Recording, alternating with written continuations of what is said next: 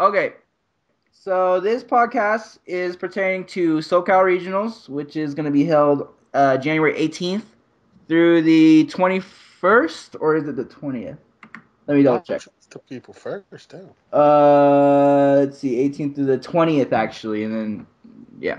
Um, Basically, what we have, or who we have here, is a player that's kind of everyone recently got to hear of his name. His name is Exitwounds. So we're gonna interview him. We also have Great One as our guest here, and he'll be indulging in the conversations we have. So Yeah, just to talk shit. yeah, pretty much. Yeah. All right, so just to jump into it, Exit Wounds. Mhm. We're gonna talk about who you are as a player. What? I mean, I know this, but where are you from? I'm from San Diego, California.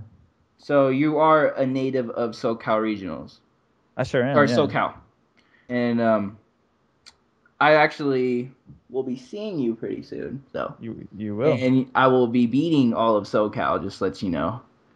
That's all good. Hey, you know what? When we're up there and you see me in person, it's a whole nother ball game, When dog. you're up there, when you're up where? Because you Up ain't gonna be there. up anywhere above me, homeboy. It's all All good. right, all right. So you're from SoCal. Um, Yes, when did you sir. start playing Soul Calibur? I originally started playing in Soul Blade. Oh shit. Yeah, I'm old school with that shit. So I've When been playing since Soul Blade. when was your first? Have you ever competed anywhere for the Um, previous installments? okay, well, just a little background history. I originally had a team out here in Soul Calibur 2. We were known as SD SoCal, kind of basically right around the time where SD Tekken got fame and stuff like that. You know, where Okay. Eris and Tidy Whitey and all them other guys. You know, and then you had people from Tekken. You had like who is it? You had I'm trying to remember the people that were on Tekken. There was quite a few of them. I think it was Markman and somebody else. But I don't know. I knew a lot of Tekken players. Basically, what I'm trying to say. So they were going by SD Tekken at the time. We had SD SoCal. We represented probably about maybe like 8 people in our team, and it was basically all about just showing up to little stuff. Because I had a little mall that I would go to that was right across the street from my school. So I would just go over there, and they had the console version of Soul Calibur 2, the Conquest mode inside the arcade. Yeah. So yeah, you guys remember that shit? No, Yes. I Awesome. don't. Yeah, I know you don't. I know you Before don't. our So time, unfortunately. Yeah, young I was like bucks. 5, dude. shut the hell up, dude. You're not even that much more older than me. I'm Okay. not older than you at all. I'm 21. Oh, there you go. You're not even that much more younger Yeah, than I me. was like That's 5 years old. no. You're like 27, dude. Yeah, 27. How's that gonna make you five? That's 6 years apart. That You're doesn't make you pretty five. much like, You need to yes, learn far how to older count. than me. You need to learn how to count. You were not 5 years old. when I was But when I was playing Soul Calibur 2, I was in 6th grade. there you go. That's far from 5 years old. It is, but I was exaggerating. Well, for Zeph, that means he was 17. Okay, so anyway, so yeah, so the conquest mode was dope as shit. I loved it, and it was really fun. That's originally where I started to find the love for the game. Honestly, Soul Calibur 1 was just amazing. Like from Soul Blade to Soul Calibur 1, like I remember buying my Dreamcast, and then like remember like a few months after that, there was this game called Soul Calibur. I had no idea what it was because I remember Soul Blade, so Yeah. it didn't really click at the time. Like, is this the sequel to Soul Blade? It didn't click until I just bought it because it looked pretty cool. I saw like people with swords and stuff. I was like, I'm all about that, little ancient Roman shit or whatever. So I'm just like, whatever. Let me get this game. It looks pretty dope. So I bought it and then took it home, put it in my brand new Dreamcast, and I just loved the hell out of it.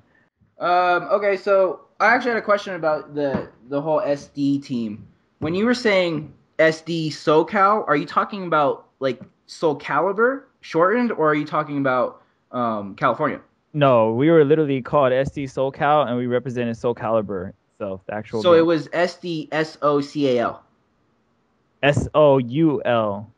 Oh, okay. So then I was right. It's SD SoCal, but it was meant for Soul Calibur. Yeah, exactly.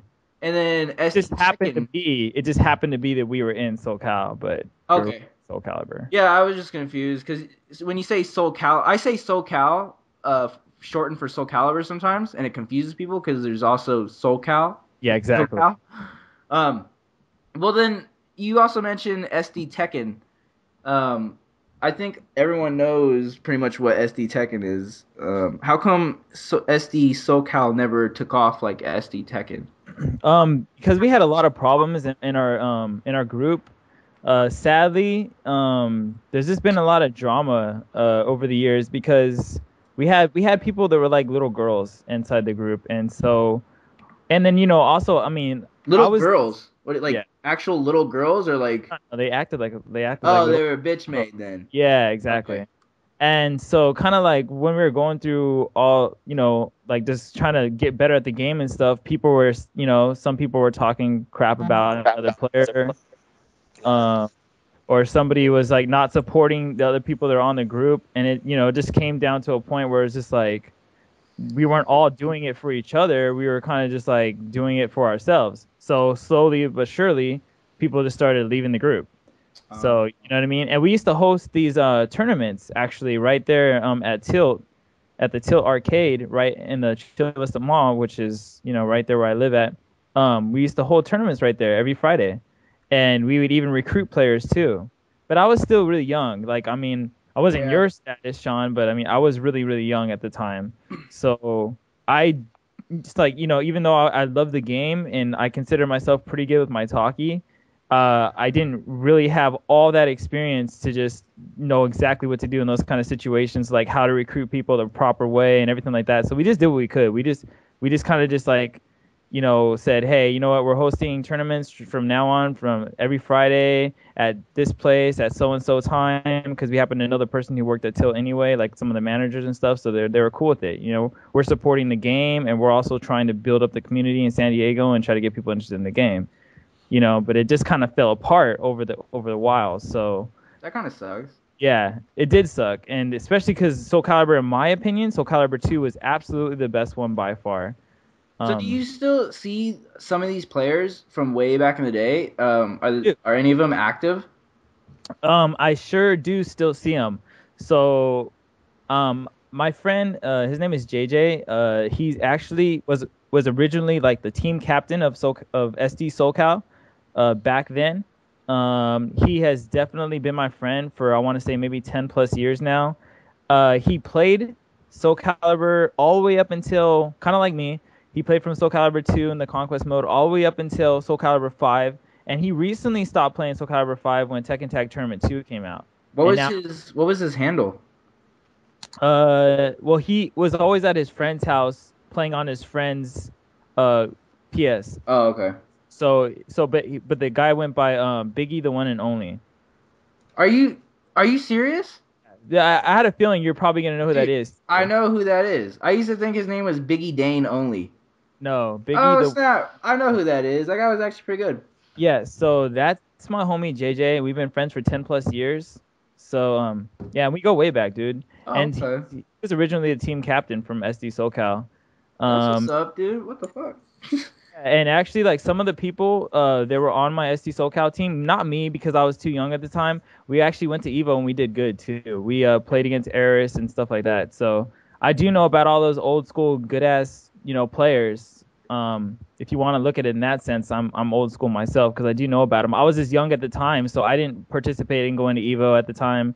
But I had all people on my team, like that I rep for and stuff. So, I see. Is Biggie the one and only gonna be at SCR for Tekken?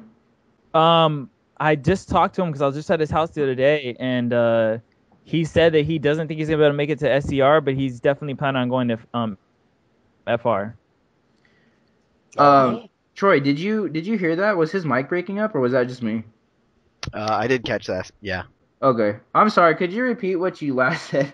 My connection was like lagging on what you were saying. Oh, okay. I was saying that, yeah, I was just at his house the other day, and he said he's not going to go to SCR, but he does plan on going to FR.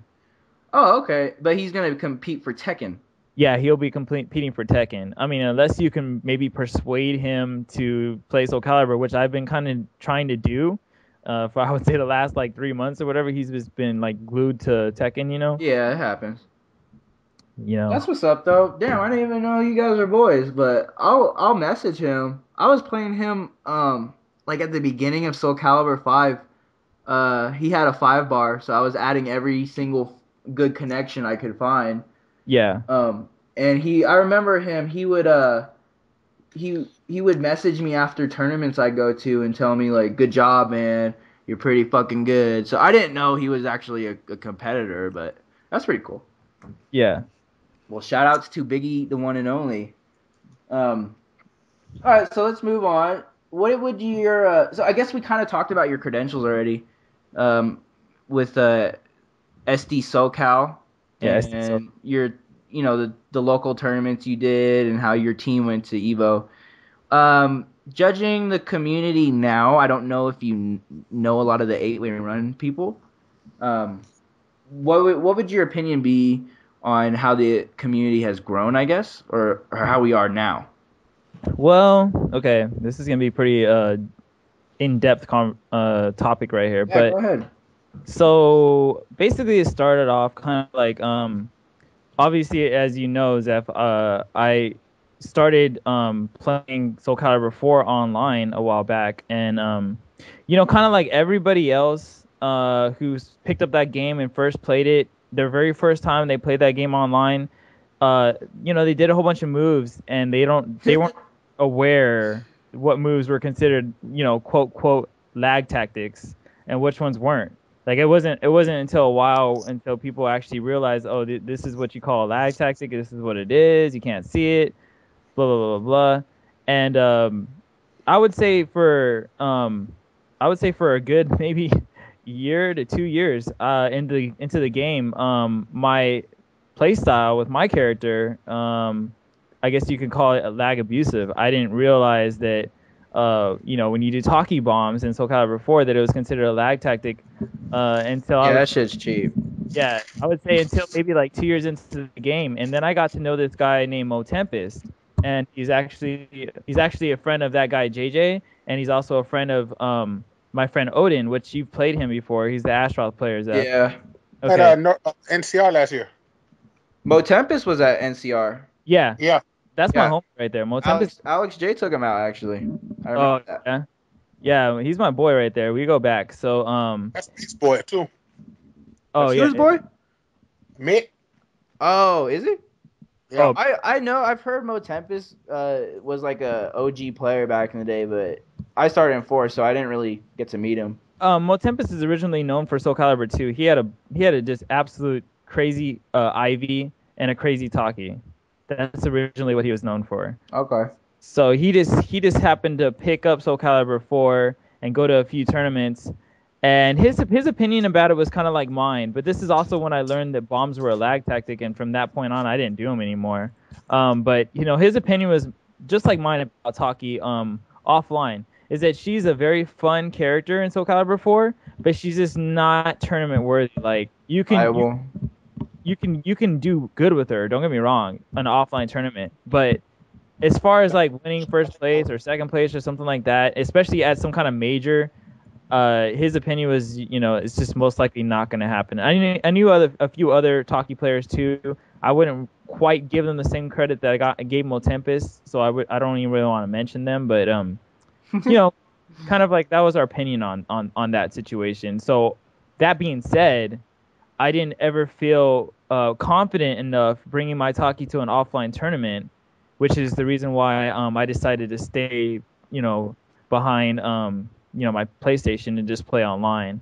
Because the truth of the matter is the character that I loved ever since Soul Calibur 2, I didn't feel she was tourney worthy, so therefore I just didn't go to tournaments at all because I didn't really want to use anybody else. I did have a Hilda, just about everybody else had a Hilda that too. That bitch was banned though. She was banned, yeah, but fuck her. Before she got banned though, I do remember using her and destroying some people online, whatever. Fuck. Whenever they talk about my Taki, then I just bring out Hilda. And at the time she wasn't banned. Oh yeah, because that'll prove them wrong, Hey, yeah, that'll prove him wrong. One mistake and ring you out from half stage. This shit was so fun. And there's one opening up like a fucking rapper of something. Yeah. So Huh? anyway, so kind of like when I jumped on the community, because I'm originally from the Caliber Forums, which is from Soul Calibur 2 Days. So originally when I jumped on 8-Way Run, I'll tell you like straight up, for probably the last like year and a half, I have not been like very helpful on 8-Way or talked very much at all or said anything to anybody. I was just kind of just like dead to the world. Nobody even really knew about me except maybe the people that I played online. Yeah. It's just been recently kind of that I've kind of got a little bit of support, I guess you could say, from people who do play me online and think that I'm good or whatnot. And then from then on, then I decided to make an 8-Way Run account and just put in my 2 cents. I remember touching base on some of the Viola forums and kind of just maybe, stating a little things that I think, maybe make Viola better as a character, maybe some little combo text or whatever that I learned inside my practice mode. Nothing really major, but just a little bit, just a touch base. And I'm trying to get more involved with the community. You know what I mean? So Yeah. because I do like the direction that it is going. I can say that much. And so I guess one other thing that I do want to touch base on was I'm not going to really go into detail because you already know Zeph, and I don't really want to say it over chat. That's just a little too much for me. But I did go through a pretty bad time last week. Somebody passed away very dear to me. Mm-hmm. And in the same month, I actually had two people that are very close to me pass away. So I was kind of going through a rage mode over chat, and me and Zeph got into it. It's kind of I kind of look back at it now, and I'm kind of laughing about it. But yeah, I kind of went into a little rage mode, and I was all mad, pissed off at the community, screw 8-Way and blah blah blah blah. But then when I remember like getting off, and I signed off that night, and then I thought about everything. I was like, you know what? I just need to calm down because the truth of the matter is I can't really get mad at people for thinking that I'm this and I'm that. People are gonna think what they want until I show up to a tournament and do good. Thank you. Yeah, And that's a good point because credentials speak a lot. yeah, You can be the best player in the world, but if you're not going out and showing people that you are the best, then your opinion's kind of not worthy, I guess. I'm not saying your opinion isn't worthy per se, but just in general, that's going to be the general thought process of tournament players, of just online players who enjoy talking to the community. You're gonna have to. That's something you have to deal with. You know what I mean? So I'm hoping that you do well at SCR. I actually think you will do well. Maybe I'll turn a little heads and get a little bit more hype for final round as well, because you will be there, right? I will be at final round, yes. All right, cool. But yeah, you're right. And about the whole thing on chat, I'm not. I didn't really care. I mean, I was just talking shit, and that's what you do online. And I talk shit in person too. It's kind of like what it is it's the tone barrier. You don't know what we're saying. I mean, Yeah. I can be an ass, but so can everyone else. But I'm still gonna be best friends with Juan, even though he's a scrub. I talk shit to him all the time, but he's still one of my good friends. It just happens like that. So I wouldn't be tripping on it. You see, once you meet him, you can't hate him. It's like, how the fuck do you hate him? Yeah. Yeah, I'm pretty Like, fucking sick. The only reason why I even raged like that is because, like I said, I was going through a crazy time. Otherwise I would have been totally cool with it. I mean, wouldn't be the first time I've had somebody talk shit to me over forums or something like that. Yeah. So it was just a bad time for me, and it just hit that breaking point where I was just like, I don't know, I just cut something snapped in me, and I just felt like I just wanted to scream or something like that. But now that I'm over it all and stuff, I'm more focused on just going to SCR and hopefully doing good. And that's the goal, man. Keep your fucking eyes on the prize. yeah. Hey, if I could interject right there, with what he said about going off and everything like that, I personally would like to apologize to him because for those who didn't hear it or whatever, and I was just recently told this because I was saying, why do I know this guy's name? Like, where have I heard it from? and then I believe you told me on chat, you said I called you an idiot. Yeah. And I don't know what the hell he's talking about, because I thought you were talking about 8-way chat. Oh, nah. Apparently you were talking about the stream chat. Yeah, I was talking about the stream chat. Yeah, and see, the thing of it is, all I heard was a stream monster was talking about, in my opinion, the top 3 players in the world, LP, and saying, and I just heard that they said something negative. Yeah. And so I heard that, and I thought, you know what? This is what drives me crazy. I can't see the stream chat. I don't see what's going on.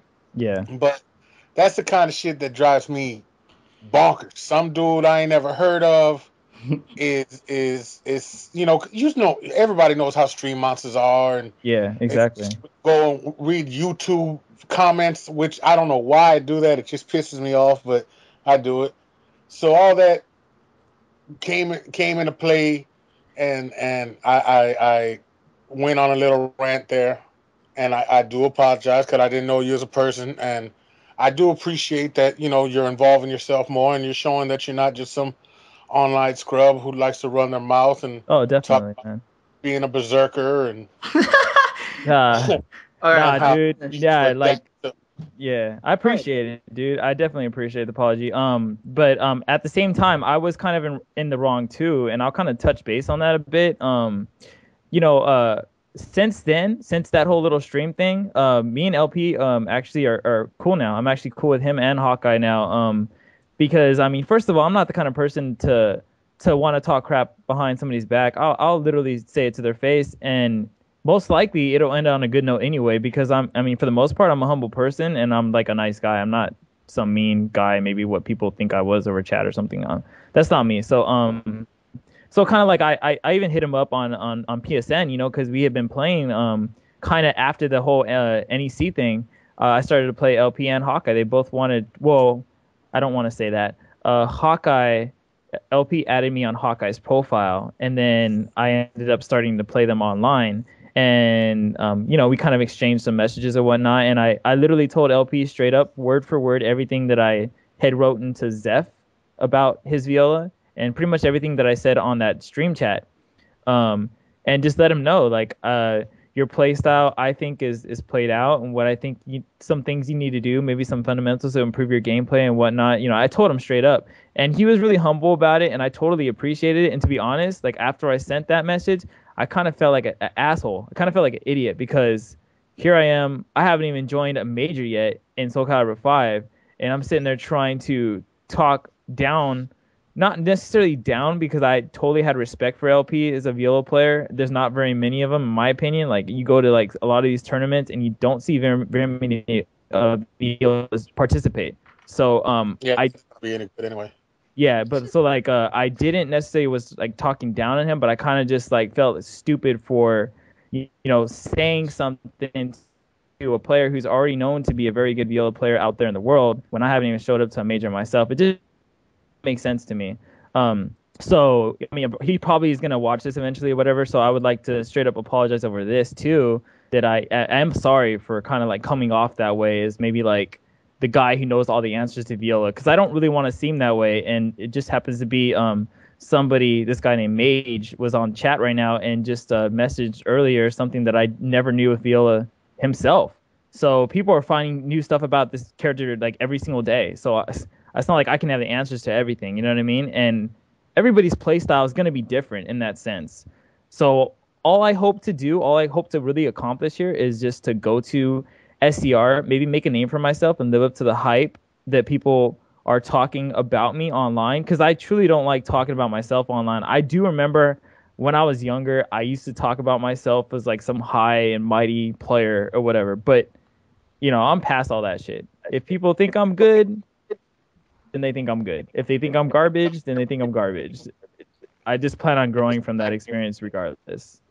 Right, and I can tell you because we've personally met LP. LP's the shit. Hawkeye's the shit. They're two of the best people in the world to me, not just the community, the fucking world. And LP, he's gonna be like, I don't even know why they're even bringing that up, because first off, he likes to debate. Like, he doesn't like to argue, but he does like to debate, and he takes in all kinds of messages, and he tries to see, okay, let me see what point they got. Do they have a point?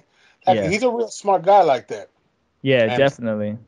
I wouldn't even. I know LP wasn't stressing that. In fact, after we left, LP texted me and was like, "Why are you going off on that boy?" Because he went back and watched the video and or the replay of the stream, and he was like, "Why are you going off on that boy? He just said this or that." And I was like, "I don't know. I just heard somebody say LP is garbage, LP is this or whatever." And I'm like, "Who the fuck is this online?"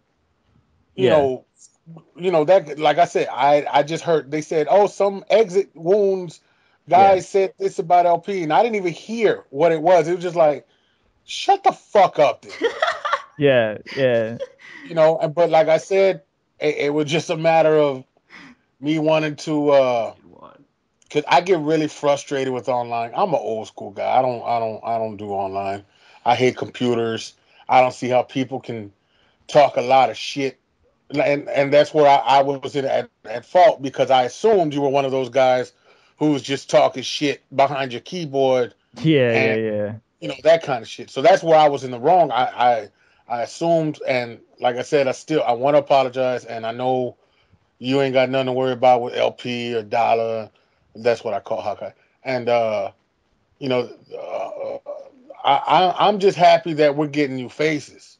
Yeah, for sure, man. Nah, them's my niggas now. They seem hella tight. I'm pretty much almost positive that when I meet them, we all gonna be cool, go chill, go kick it. I'm all down for that shit anyway. Like, it would suck if you could play a game that you love and then go to a tournament and not be able to make friends with anybody because people are maybe too insecure or they're just not cool to talk to other people or whatnot. They have like their little insecurities or whatever. Like, I love the people that are just down to just make some dope ass friends. Like, shit, not only do you guys love each other, like playing the same game and stuff, but you guys can go somewhere and go kick it and talk about whatever. I mean, That's so all we fucking do, actually. That's all we do. Yeah. We play the tournament and go kick it. yeah, and that's what's up. That to me, that's how you build a community. So that's all good. Like, I'm all for that, man. I really do appreciate it. I that's why, like I said, that's why I said I like the direction the 8-way is starting to go now. There was some moments, and honestly, I'll tell you straight up, Zeph, when you weren't like doing as much as you're doing now, there was some moments where I was just like, man, 8-way is just like ruined. This thing is going down. That's what I was thinking. Is like, this is gonna burn down to the ground. But then, recently you've been just doing little things here and there to kind of just turn heads. You know what I mean? Like, have some of the good players out there get noticed or whatnot, and just like having like basically a name for yourself without having to actually try to present yourself. You're just like having a name for yourself automatically, and with the opportunity to actually go to a tournament, then those people can be like, yeah, this guy was on podcast, he's actually good or whatnot. Like, the fact that you're even doing that is really, really cool, and it really is, in my opinion, gonna help the community grow into you know what I mean, into something better. That's the plan. Partisan and I have been planning this for a while, and Juan knows. I think it's important that if we want to keep going to these tournaments, going to play, we need to recruit, kind of. We need to get some new faces. And doing this kind of thing gives the community a feel that they're a part of something more than just stream watching or just competing. It gives kind of like, and it gives more depth into the person itself. So, people might have never known about you until this podcast, and now they're like, oh, that dude was on a podcast, and Zeph and Partisan and Great One were talking to him, and they were hyping him up. And what if you get what if you win SCR, and then now people it's kind of like it's a community conjoined biggest thing. Final round, because I'm gonna talk so much shit to Zeph. Holy shit. All the amount of shit I'm gonna talk. Oh, please win. Well, I wanted to interject too on the discussion earlier. I'm gonna be an asshole here and say that when you were talking shit on the stream for NEC, I think maybe LP doesn't agree with me, but I think Juan was justified because you were. I'm not gonna say you're a nobody because that's kind of fucked up, but you had no credentials for SoCal 5, and you're talking. We actually didn't read the stream. All I heard was that you said LP is trash and blah blah blah. Shit like that kind of it's goes on a disrespectful thing because here's LP spending his money, going to these tournaments, consistently placing, and then there's this guy who hasn't been to one major but talked down to LP. And then of course there's also we're also biased since we're homies with LP, so people are gonna get a little aggravated on that. Yeah. And I know everyone's apologizing and shit. I have nothing to be sorry about, but I think that shit talking that Juan did is hilarious still, and I think it's a necessity also because not saying you, but a lot of people in general need to get be put in their place sometimes. They need to know their role. Like, you a stream monster, you a bitch, you are nothing. Like, we laugh at you. Like, we're sitting here getting drunk, playing Caliber. We're you have fun and with your little laptop, sitting in your little game room, you know what I'm saying, and watching anime on another window. We out here in Philly, we out here in Chicago, we out here in Atlanta, like, and these aren't grown ass men. I'm a grown ass man, but what I'm talking about, these are kids in college still. They're busting it, but they're putting in the work. They're saving up their money. It's a lot more too. When we're talking about people who travel for tournaments, there's a lot more that goes into it than just, oh, he's a tournament player. I don't give a shit. I'm a tournament player. I'm trash. Yeah. I'm pure garbage, but people still they're not gonna call me some bullshit ass online guy. Yeah. Nah, I totally respect all that, man. Like, you guys are right. You guys are all right. Like, like I said, like I'll even say it again. I was wrong. Like I said, that month was just really bad for me, and this month, including, I mean, this whole month has just been horrible for me. NEC was bad for me because, like I said, people were passing away, and I just took it the wrong way. Bro. You know what I mean? So it's not really directed at you. We're kind of ranting for anybody who may be, because there's gonna be those keyboard warriors listening to this podcast, and for you motherfuckers that are listening to this shit, shut the fuck up. We try to keep it more or less PG here, but yeah, shut the fuck up, podcast viewers, you fucking assholes. Yeah, fuck you guys. Don't watch our shit anymore. Seriously, if you're gonna talk shit, I wouldn't want you around anyway. Yeah, exactly. The negativity is not good. And I think that's a big issue with building our scene, because you get people who have loud voices but are ignorant as hell, but because they're so loud, people listen. Yeah. You know what I'm saying? I mean, look at it like.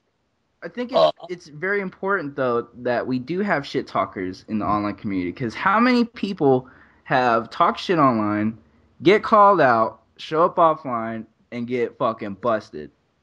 But at the same time, I still support those guys because they showed up. Well, Exitwounds is showing up. I rocked a Maxi he showed up. Yeah, and once you show up, it's a different story, because then you have a different sense of respect for that person. Like, he's not just an online warrior. He actually wanted to prove something. He might have gotten his shit busted, but at least he showed up. Like, perfect example is Teflon. I had no respect for that dude, and I kind of embarrassed him on stream, but I had a grip load of more respect for him. Talked to him. He's a pretty cool guy.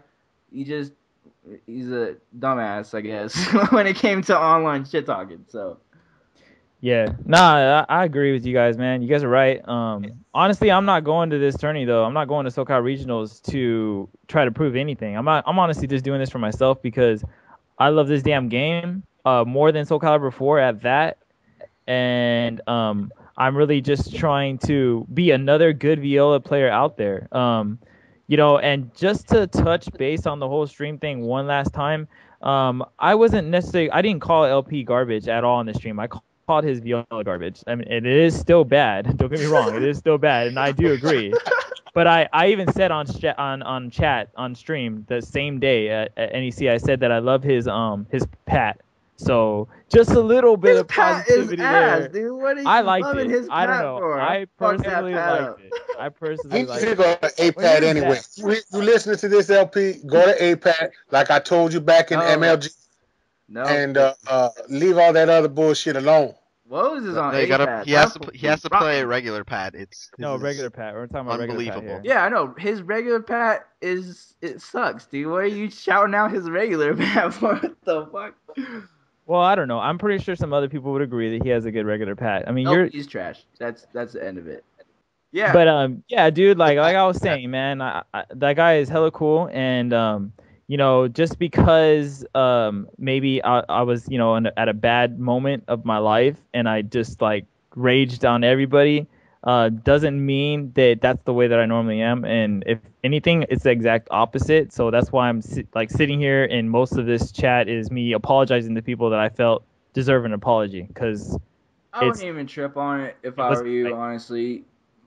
Any sensible person knows that online shit talking, 90% chances it will not transition well offline. of Like, course. like Alex J, that dude is a straight asshole off or online, and he's an asshole offline too. But you actually get to gauge his sense of humor offline, and he's the perfect example for this. Like, we're not everyone offline is like me. I'm not really an asshole offline. I mean, kind of am, but online it's very different. Of course. Well, because you can't hear the person's tone of voice, you can't maybe see their reactions, their everything about it. Like you all you have really to go by is maybe did they capitalize their letters? Did they put an exclamation mark behind it? It's like you shouldn't really be tripping on that kind of shit. It really isn't nothing. I mean, honestly, if we didn't say anything, if we didn't podcast you, when we met offline, probably be everything would be good. It'd be good. It'd be good anyway. Like, and like I said, I'm not really worried about it, dude. I'm just apologizing because I feel like apologies needed to have been said. That's all. That Okay. I'm, simply doing this just because I happen to be on podcast. Why not? It's not like I'm gonna sit there and like take the mic away over at SCR and be like, give me that shit. Hey, I got some apologies to I gotta shout out some apologies to people right here on mic. No, I'm not gonna do that. So I might as well do it here. You know what I mean? So Yeah, no, it's cool. I don't mind that you're doing it. It's just then don't trip on it. Everything's good. I'm not tripping. But so anyway, kind of just to kind of just go ahead and kind of go back to where we were. Like as far as SoCal regionals go, it's a major. It'd be the first major I ever go to, and I just hope to do good. If I do good, or if I don't do good, it's not going to change the fact if I'm going to go to final round or not. I plan on literally being all up for this game until the end, or maybe even until they bring out Soul Calibur 6. Now, I have a friend who works for PlayStation and says that Soul Calibur 6 has already started. I've told this to people on PlayStation Network. It's up to anybody if they want to believe me or not. I've personally known this guy. He's Japanese. I've personally known him for a lot of years. So, I mean, I don't really have a choice but to believe him in that sense because I've known him for a long time. I just don't think he would make something up like that. So, yeah, that's kind of the main reason why I'm still playing this game and even jumping into the tourney scene really is because I have a feeling that there's a life of this game still. They're going to continue to make Soul Calibur 6. They rushed Soul Calibur 5 because of Tekken Tag Tournament 2. I mean, just look at the whole situation. They took 5 years to make Tekken Tag Tournament 2, and they took about 6 months to make Soul Calibur 2.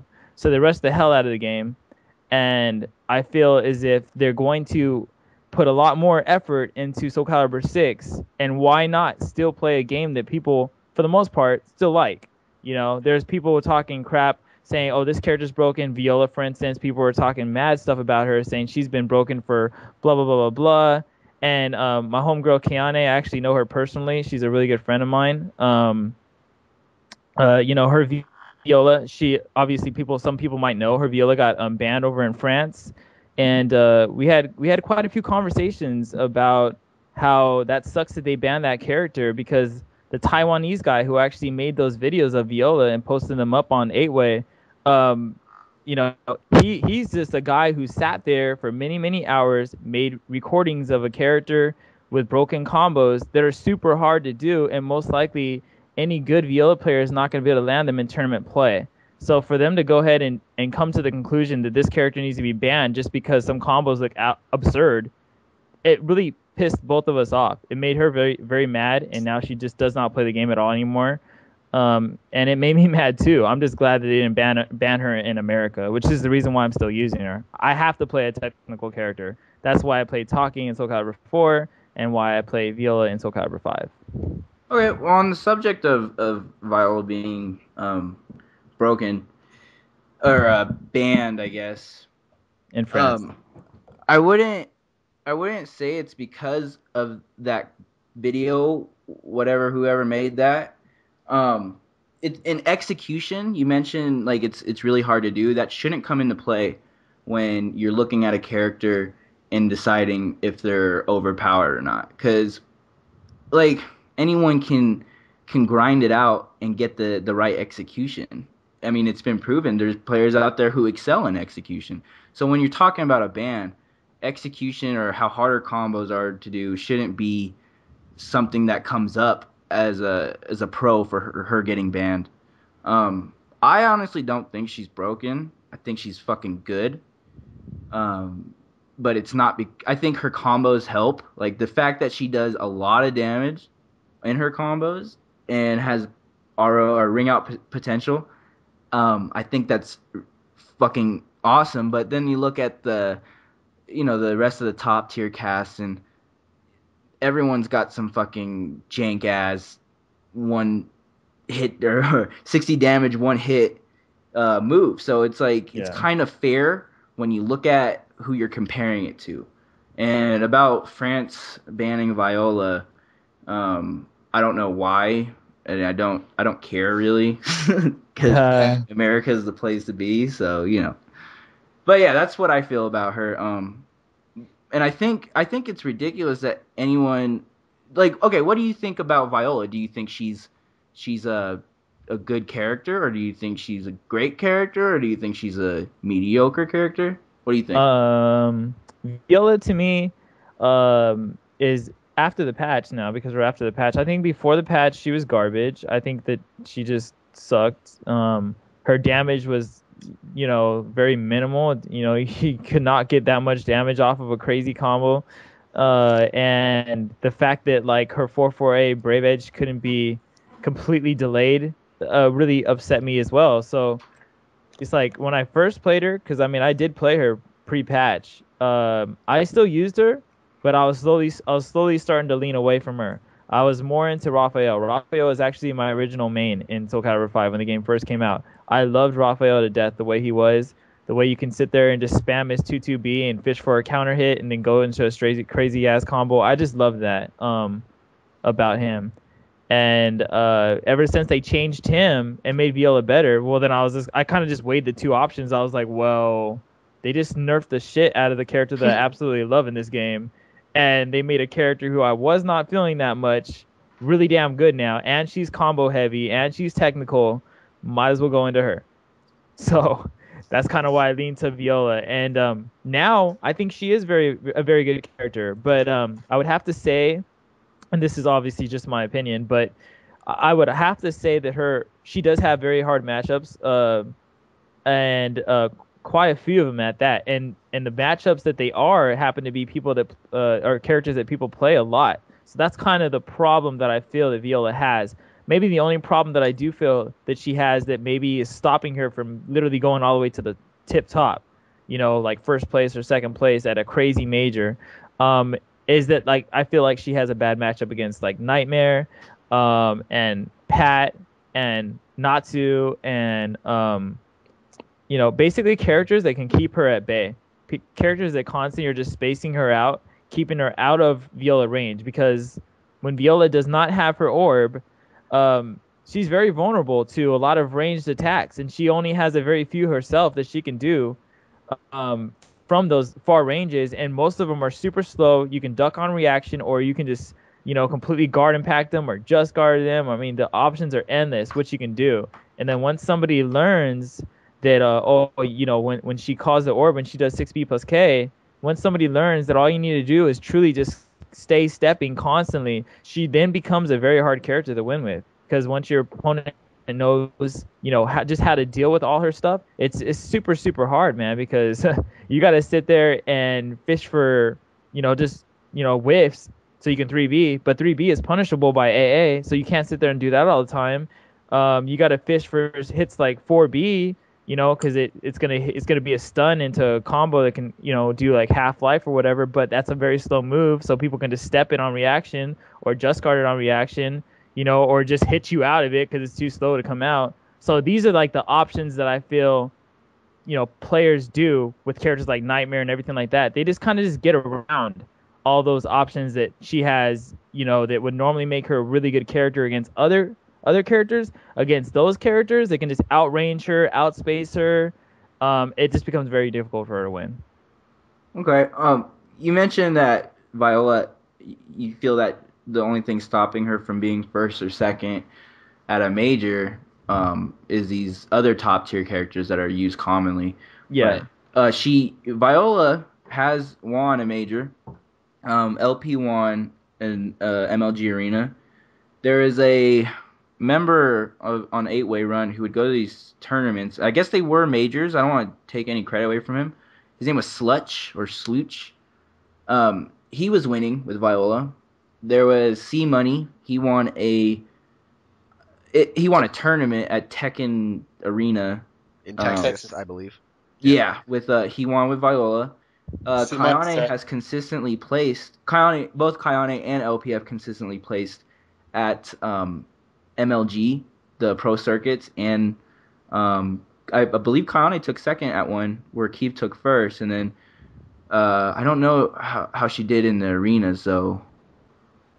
But she is winning, Well, she's winning is if you want to talk in sense of past tense, in the past, I feel like she's winning a lot more, but I kind of feel, this is a perfect example.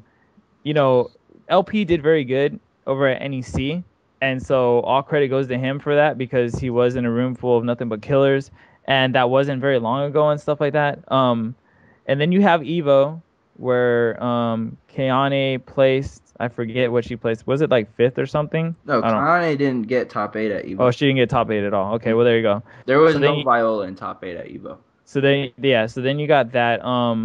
And I do remember Kayane talking to me about the SBO qualifier and stuff like that, where she told me that she just didn't do good.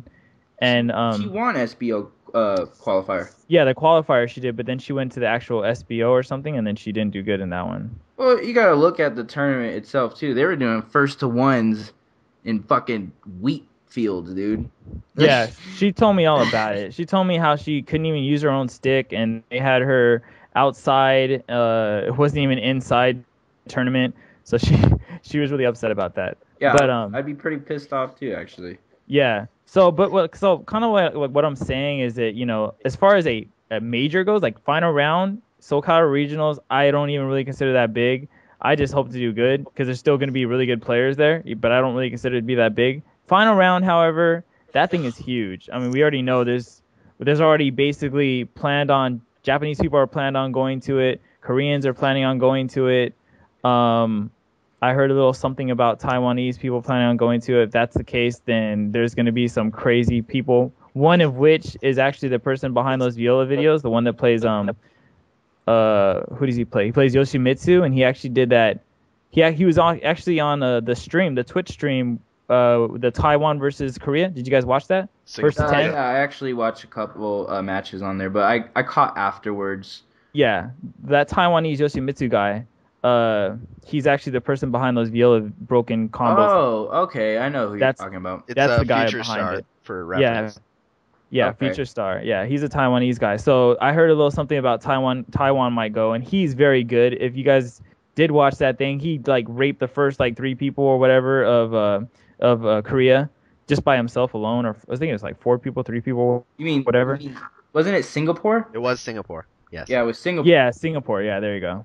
Yeah, so he just completely destroyed like the first 3 or 4 people of the 10 people that were in the tournament or whatever. So he's a very good player. If he goes, that's somebody right there to watch out for. There's just gonna be so many big names and so much skill that it's almost like hard to be able to put a pinpoint on, who might be a possible, win, like a first place, second place, third place. And that's in my opinion. I mean, this is just going to be huge. Like final round, what they're talking about, that it's supposed to be like the biggest thing since Evo. Maybe it might even be bigger than Evo. Who knows, Final round will be big.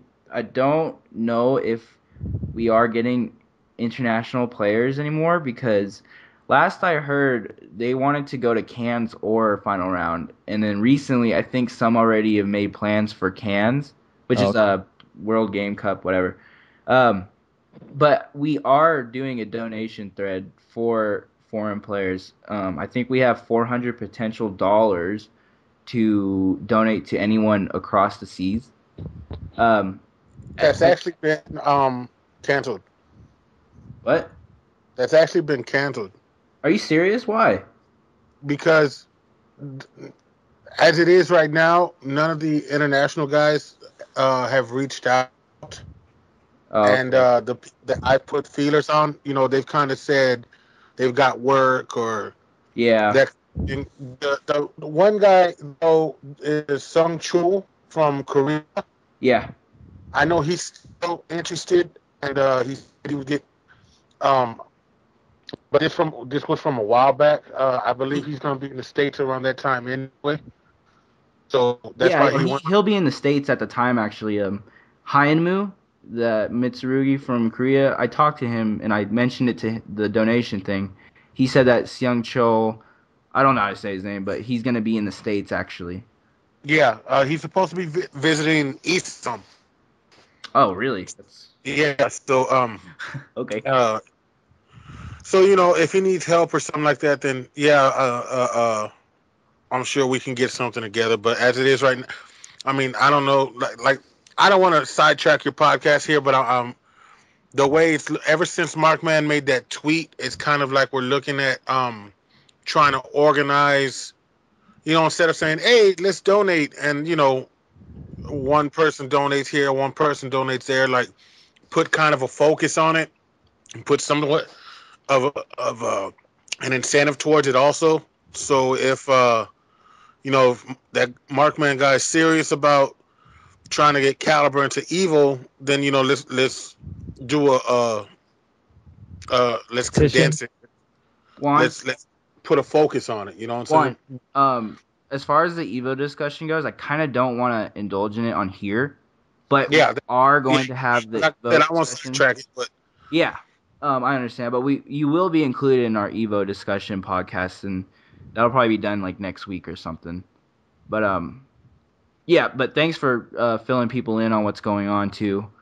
And Exit Wounds, you mentioned FR is going to be. I think final round will still be big because we're still going to have the best of America there, and SCR SoCal Regionals will still be pretty stacked. We actually have a lot of players interested in going. The whole SoCal scene is going. Pretty much all of NorCal is going. Some people from, I think Black Mamba, he's from New Mexico, is going. Mambo will be there. Yeah, Kinetic Clash will be there. Well, he said he will, and he's from Phoenix. I will be there. I'm technically honorary NorCal, but I'm from Reno, Nevada, so Yeah. I'm looking, I'm thinking 30 plus entrants, and that's not, for the size of our community and caliber in general, that's not a bad number. No, The definitely not. fact that, there's a $500 pot bonus now. Yeah, exactly. I did. I saw that. That's going to make people either want to just join randomly or the people who are already going in. I know I personally am more hyped to go because I thought, I was just going to go there, come back home, spending more money than making. I could have made, But with this, that I think it's awesome that I think it was Markman and Filthy Rich who decided to donate or not donate, drop the $500 bonus pot. And we actually do have a lot of steady competition going to be at SCRs. The best of the West Coast is pretty much there, except Heaton won't be there because he sucks. So, I'm sorry. I tried. Shame he couldn't everything be I here could. today with us. That yeah, but definitely he's wasn't him more just than now. welcome to come join our podcast, but he's a little afraid to, He's not too on? much of a to walk out the door. he's too much of a bitch. There's no way he'd show up. You're right. There's that bitch. I know that voice. I have no idea what you're talking about. So I do think that SCR is going to be a really good tournament as far as me too, for sure. I don't think it's going to be as big as final round because that's what people are looking for. I think we can compare it to Winter Brawl though. That's coming up because basically Winter Brawl is going to be the best of East Coast there, and SCR is the best of the West. Yeah. So it's definitely something you might want to watch if you're interested. You know, I'll be there. Exitwounds will be there. Alex J will be there. I actually have a list of all the top competitors that are going to be there, just so I know who to watch out for. But there's well over 10 potential threats in this tournament. If I may jump in here, Lolo was actually talking about maybe going to SCR, the chat room, a little bit before this. I don't know if you saw, but oh, did he say that today? Yeah. Oh, okay. Last I talked to him, he so. said he was either going to SoCal Regionals or Final Round, and I kind of talked to him. I was like, dude, save your money. If you have to pick one, go to Final Round because that's where the most. That'll be the big one. So. Yeah, that is the big one. So, but I think it'd be cool if he came. Lolo's an asshole and fucking plays too damn good. So, I mean, I hope he comes, but I hope he doesn't. Definitely a potential threat. Well, I think what people need to understand is Final Round basically is like the second largest, biggest tournament in the country right now, next to Evo. Yeah. Mm-hmm. And then you got NEC maybe, and then one of the Cali. I think the regionals in Cali are big as far as other games go. Not so much 3D because on the West Coast it's not really about 3D. It's heavily about 2D. Where it's like that anywhere, but the West Coast is 2D fighters. So yeah, but I'm just talking about overall the size or / prestige since people are prestige to just because something's fairly big. Fuck Evo, but yeah. Now, if you want to look at it like that, then yeah, Final Round is like right beneath Evo for as far as size and familiarity goes. So I'm looking at it like and skill. Don't forget that everyone wants to go to Final Round. So see, that's what I'm saying. I think that's what's going to draw the skill plus the numbers. Yeah. And overall, and that's usually how it goes. Is like, wait a minute, we're gonna have. It's a strange phenomenon. You have scrubs like me who say, oh wait, there's gonna be 30 of the best actual killers there. Oh, I gotta go to this just to watch. Yeah. You know what I'm saying? So that's how you get like the scrubs like me who know they're not gonna win shit, but they're still gonna go. And even if you have that mentality and you think you're not good enough, go to these tournaments, practice your ass off against these top players because I'll play anyone. I know the homies from Chicago will play anyone. It's really it's a practice that you can't find online because you're not playing. If you play a heavy hitter online, you're not playing them at their best. If you're playing randoms online, you're not playing the best. So it's kind of online is a great tool, but it's nothing like offline. Yeah, on that subject, all I can really say about Soul Calibur 5 online compared to Soul Calibur 4 online is at least the Soul Calibur 5 online netcode is a little bit better than Soul Calibur 4, to whereas you don't have people complaining about lag tactics and super slow lows, that they normally can block on reaction offline or whatever. You don't really have that in 5. So that being said, in my opinion, you're going to have, for at least the people like me who are starting to want to come from the whole online scene to offline, you're going to have people that could potentially be a threat or have somewhat of skill because of the fact that Soul Calibur 5 is a better online than Soul Calibur 4. On that note, I do think there are people already who just play online who are pretty good. I've told them, go offline, compete, see how you do. I think you do well. And you're right, the connection is a lot better, but it's still online should be used as a tool to get matchup knowledge, in my opinion. There's so many variables that lag just kind of fucks up, like movement, or punishment. Very, So very true. Slight lag, even in a 5-bar connection, it might be playable. I play online all the time, and I get my practice on there, but it's not. I don't gain as much as I do online compared to when I go offline. I learn something. I learn a lot actually offline at every tournament, even now. So that's a good incentive to go to these offline tournaments if you're looking to get better. And there's probably a lot of years left in Caliber. We're only a year in, so you could be the best next year. You could be winning everything. Yeah, exactly. Well, there's all these people you got that went from online to offline scene. Like SU, who else? Was Crazy CD originally online, or is he always No, offline? Crazy's OG. Crazy's been since the dawn of time. We got woes, Woes. like there's a lot of people that have literally just decided to make that switch. Hawkeye, there's a lot of people that decided to make that switch. Just be, what, I'm done with this. I want to just go to offline tournament and see what happens. Well, let me ask y'all a question real quick. As outside of your history with the game, let's say you just got into this game as an online guy without your history with SoCal 2 and everything like that, and experiencing that offline competition. What do you think needs to be done to get these online guys in?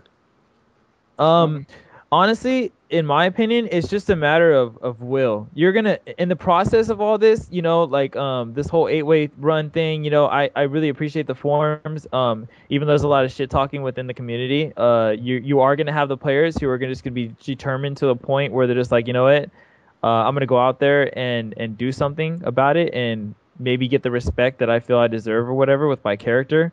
So I kind of feel like, there's people they just need to just I'm done with this whole people saying shit about my character because I only play online. They need to just have that will to just be like, okay, I'm not going to just be another online troll. I'm actually going to go to one of these offline tournaments, prove I can do good or prove I can suck ass, whatever it may be, get better, get more wiser, get more smarter, talk to the good players, grow with them, and eventually hit that mark that they want to hit. And it might not be immediate. Like it's not like I'm sitting here planning on going into SCR and just thinking I'm going to win that shit first place. I don't want to get big headed about it because I know that's how I can, end up losing. I do think that I'll do good, and I want to have that confidence. So that confidence is definitely there. I've put a lot of work into my character. The people that do know me do know that I do know my character very, well-roundedly. So I put a lot of work into her and stuff. So I'm just one of those people. I was like, you know what? I know my character very, very well. When it comes to offline, I mean, me and Zeph, we play all the time on a 5-bar connection. But sadly enough, even though it's 5 bars and it's a really good net code, my combos drop on Zeph a lot, and we're on a 5-bar connection. Whereas when I play like my homies or whatever offline, my combos don't drop. So if that means if you got launched by me, you might as well say goodbye to half your life because I do not drop combos offline. Like maybe like 9 out of 10 combos, I will land a 9 out of 10 combos. Maybe one of them I'll drop, but for the most part, no. Your half life is gonna be gone if you get launched by me. See, so that being said, I mean that should be an incentive right there. Just like, hey, if you wanna like literally prove you're good, and for people to really see how you really are in this game, go to an offline tournament where there is no lag, and you can't have people complaining about this and complaining about that. And not only might you get the respect that you feel like you deserve, but also, you'll actually have your full-on combos land on people. And people are like, what the fuck was that? Holy shit. I never seen that before, or whatever it may be. You know what I mean?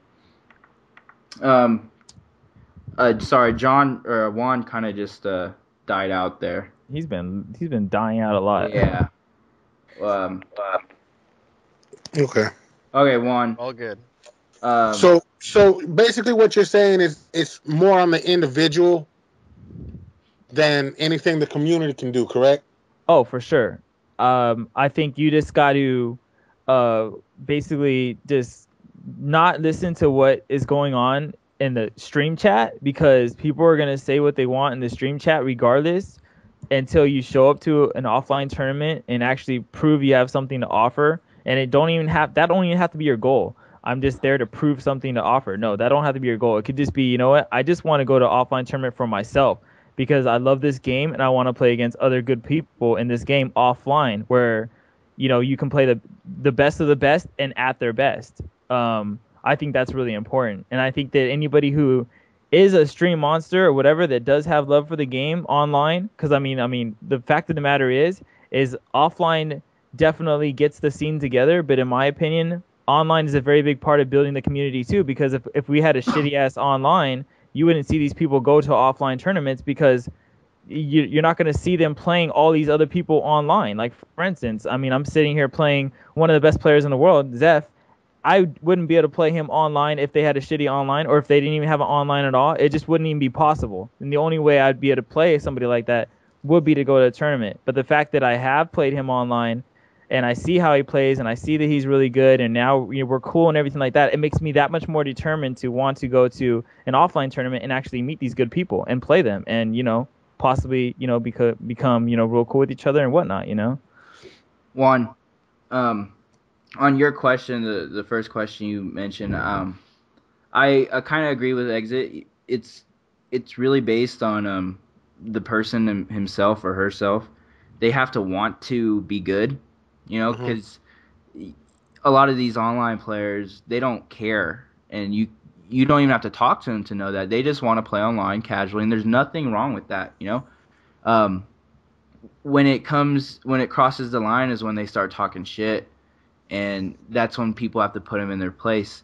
I think that an incentive to go is a lot of people get called out. LP is a perfect example. He gets called out all the time, but he backs it up, calls them out, puts money on the line, and it hasn't really worked out so far. But I think that doing that kind of stuff too is a good way to go about getting people to come offline. I also think that it's a community thing. We kind of need to recruit players, and online has enabled people to get lazy about doing anything except for playing online. Why would you want to play someone or spend $500 to go across the country to play someone that you don't even, you don't know, when you can just log on to your PSN, play someone, in a 5 or 3 bar connection, whatever you want. But we need the point I'm trying to make is us as a community, offline community, we need to help these people realize the difference between offline and online. I mean, the people who actually want to go offline or has shown interest in competing. We need to let those people know. You know what I'm saying? That you kind of mentioned my point, and that's why I went kind of towards this line of question, because people are we're talking about how shit talking can be a negative, how it could be a discouragement to players and everything like that. But I think there's a happy medium in a way, in that, it is kind of for those people those individuals who have that in them in the first place. Like, they have to have that in them in the first place anyway. Yeah. Where if you're getting called out, but it's called out in a way like saying, you know what, come see me, or I'll come see you. You know what I'm saying? That kind of stuff, that's kind of adding that extra incentive to say, all right, you know what, I'm trying to show something. They keep saying I'm not about nothing. I need to go on ahead and show these people something. Yeah. You know what I'm saying? That kind of shit. So I think in a way, we're talking negatively about the shit talk, but in a way, it's really it has its pros. It has its pros and cons. I think it's just something you can't really explain. I think it's just something it just needs to be done. Actions speak louder than words, and these people actually just want to see you go to an offline tournament, and that's the first step. Once you go to an offline tournament and you prove that you prove that you're actually about your word, that you're first going to show up to an offline tournament, then the second thing can kick in, which is, how is he going to do, and is he going to use the character that people know him to use, and all that other stuff can kick in. And then depending on how you do, that people will talk about you differently than they talk about you on, is just an online player. Like, oh, he's just an online scrub who's just talking all this mess and blah, blah, blah. Well, if you take the initiative to actually go to an offline tournament, then I think automatically you just get the respect from these these stream monsters and just the community in general. Like, you just automatically get that respect. It's just automatic, something that you cannot explain. They just have that respect. I mean, I'm sorry for sidetracking this again, but no, it's cool. This is great. I think this is an interesting room we have because we have 1, 2, 3, 4 people who basically started off online, that are competitive, good. Yeah, and then you're known for being a better at the game. Yeah, and I just to me, I'm always the kind of person, like, I always want to know, well, what is it? Is it something that somebody said to you? But I think that Exit hit it right on the head, that it's got to be something in the individual. Because we're always asking, what can we do to grow our team? It still has to be, on the person to have to say, you know what? Are we PG? No, it doesn't matter anymore. Just go with it. What, that his mic is like skipping out and shit? I know, right? Am I skipping out? Oh, it seems fine for me. Okay, and like keep in mind, I can edit things too. So like if something doesn't come through, I can just change it up. So just keep going with it. All right. Yeah, but where it does have to be on the person to say, you know what, fuck it, I'm getting in there, and if not to shut this person up like Zeph, who is horrible and will haunt you and hunt you and chase you down, and every time you post in a forum, the old Zeph. Dude, Zeph was nasty with it. Who was it? Corando and Teflon. They couldn't post, "Hey, have a nice day," without Zeph saying, "You're a fucking scrub." Yeah, those were the good old days. But those guys, sooner or later, they had it in them. There was something in them that said, "Fuck this, I'm gonna go shut that dude up," or, you know what? I don't know. Maybe he might be right. I need to go see for myself. Yeah. Wait. So let's back up a little bit. Corando actually went to an offline tournament. Corando has been to like 3 different ones, and CEO and MLG. Yeah, MLG, there might have been another one, but I can't remember. It was back in SoCal. Was it 4? The other CEO? Yeah, the first time. He got bodied by the Florida scene. And then I forgot about that. He was all hyped to yeah. Oh yeah. Play offline. Everything after that one. He also, funny story about that is, like, I caught him in his room in a lobby one time after that certain event in SoCal before, and he was explaining to some guy that he finds comfort in lag, so he doesn't want to compete anymore. Wow. And, that happens, man. You can't get mad at him. He likes winning that much, so. But he did show up offline. He was also an asshole, so I'll give it that to him. Didn't really particularly like him that much. I just Corando was defensive more than anything, because he booty tickled all the damn time, dude. That's what it was. He was, man. I talked to him a little bit. He's okay, but he just got some stuff in his head. Like, he's pissed at the world for some reason. Yeah, it's just real defensive. Yeah. So it's really hard for people like that to come into the scene because, we're the nicest guys ever, but we talk shit, and that's part of the community. You gotta just take it sometimes, and it's not like hurtful shit talking. It's just hype shit talking. I've been shit talking. Speak for yourself, before. Okay? Shut up, Heaton. Don't talk. Shut the fuck up. Shut the fuck up. Gotta love it. But pussy ass nigga. I was gonna say something about the offline community getting people from online to offline. When they do come offline, it's important to remember that the shit talking that was online, you gotta, like, separate that kind of, because you don't want these people coming offline and then getting harassed, because that's not cool in general. Yeah, for Yeah. sure. I mean, there's a line that there's shit talking, and then there's harassment. So it's important to realize that these people have feelings. They're people. They're humans. So if you want them to come back again, you gotta let them feel accepted. Or I mean, as long as they're cool. As long as they're cool people. If they're kind of assholes, then who cares? You know, you don't want them anyways.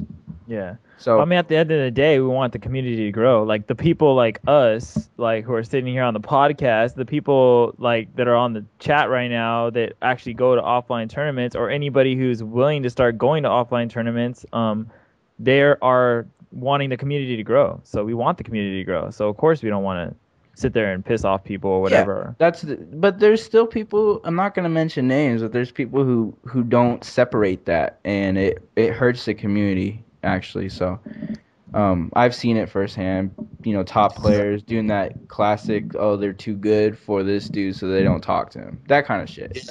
Yeah. It's kind of sad, but you know, Well, it the thing happens.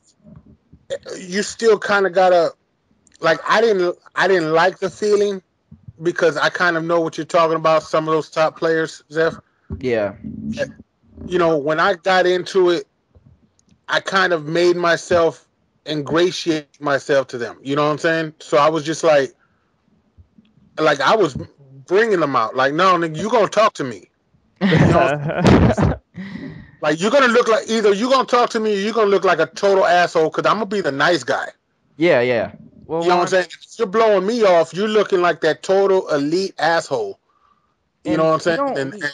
The general consensus of the community is we don't like that. You know, that's not cool, man. We need these players to come and try to get better and grow or build our own community. You know, because without these 30 plus people showing up, knowing in their head that they're not gonna win, but they're going anyways for the community, we need those people.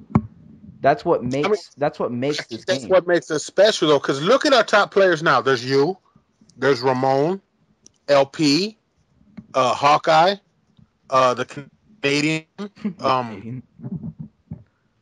Partisan. For those of y'all that don't know, thank you for the clarification. RTD's a top player still. RTD, and you know what? Every one of them. Hey, what's up, man? How's it going? What's up? Yada yada yada. We're gonna joke with you. Hey, we're about to go drink. You want to come? You know what I'm saying? That kind of shit. Yeah. Like, what makes our little, and I think that's why we've been getting that surge and a new face every turn. Have you noticed that, Zeph? We get a new face every tournament. There's been new people showing up. There's been some new people that showed up, did horribly in the tournament, but came back knowing they're going to do horrible in the tournament, you know? Yeah. And you talk to every one of them, they're like, dude, that shit was the funnest thing in my life. Yeah, man, that's what these tournaments are for, is those memories. You know, tournament is important, but it's important to have some fun too. For sure. So let's get back on track. Kind of veered off so much. It's okay. It's perfect, dude. We talked a little bit about SoCal Regionals, the competition there, how it's looking. Kind of wanted to get your feel on it. So, who are you looking out for as far as skill wise that you know is going to be there, and do you have like any outcome predictions that you want to let us know about? Well, I would say the people that I'm looking out for are well, first of all, you're number one because you're just a beast. Good man. One in all our hearts. Good man. Let's see. But doesn't mean I'm not gonna try to end your soul over there. I'm gonna still try to whoop your ass. Many people have tried. Many people have tried, and many people have failed. Yeah, I know that whole speech. And then you got like people like which is my homie too. You know, we're gonna try to do that whole team thing, which is also something we can touch base on here later, I guess. But Signia, that's my boy from LA. Oh, you know Signia. I do know Signia. You know that he's one of my favorite players to play. Oh yeah. Because I always end up playing him in tournament, and I always end up eliminating him, and I look at him like my favorite stepping stone. So just letting you know that. Did you know he's my favorite player to take money from? Yeah, that's Heaton's best friend. If you have Uh, courage. When Heaton can say that, then there's something. Then you know there's something wrong. well, all jokes regardless, aside, he's cool. Signia's cool. He's cool No, peoples Signia's though. my He's a cool boy. guy. Yeah, he's cool peoples. So like he's somebody to watch out for, at least in my opinion, just because this is just my opinion too. But it does seem like he does get better over time. He's not one of those people who just stays on that same path and does never learn and does never do his homework or whatever. It's like Signia actually does his homework and he knows the frames for his characters very, very well and all that stuff. So who knows? You might just see that one tournament one day where he just goes up and just goes through everybody, just runs through everybody. You never know. That's funny that you mentioned that, because I've had a discussion about Signia, years. I've known him for like 2 years or something. We actually, the people I've discussed this with, we actually think the opposite of him. That he is stuck at this level, that he's stuck at he has potential level, and he's a good player, but he doesn't seem to progress he goes to the next tournament, does about the same, goes to another tournament, does about the same. The perfect example for this was Devastation, when he had to fight infamous online e-warrior, and the guy almost beat him. I mean, almost doesn't really count for much. What? Remember that one?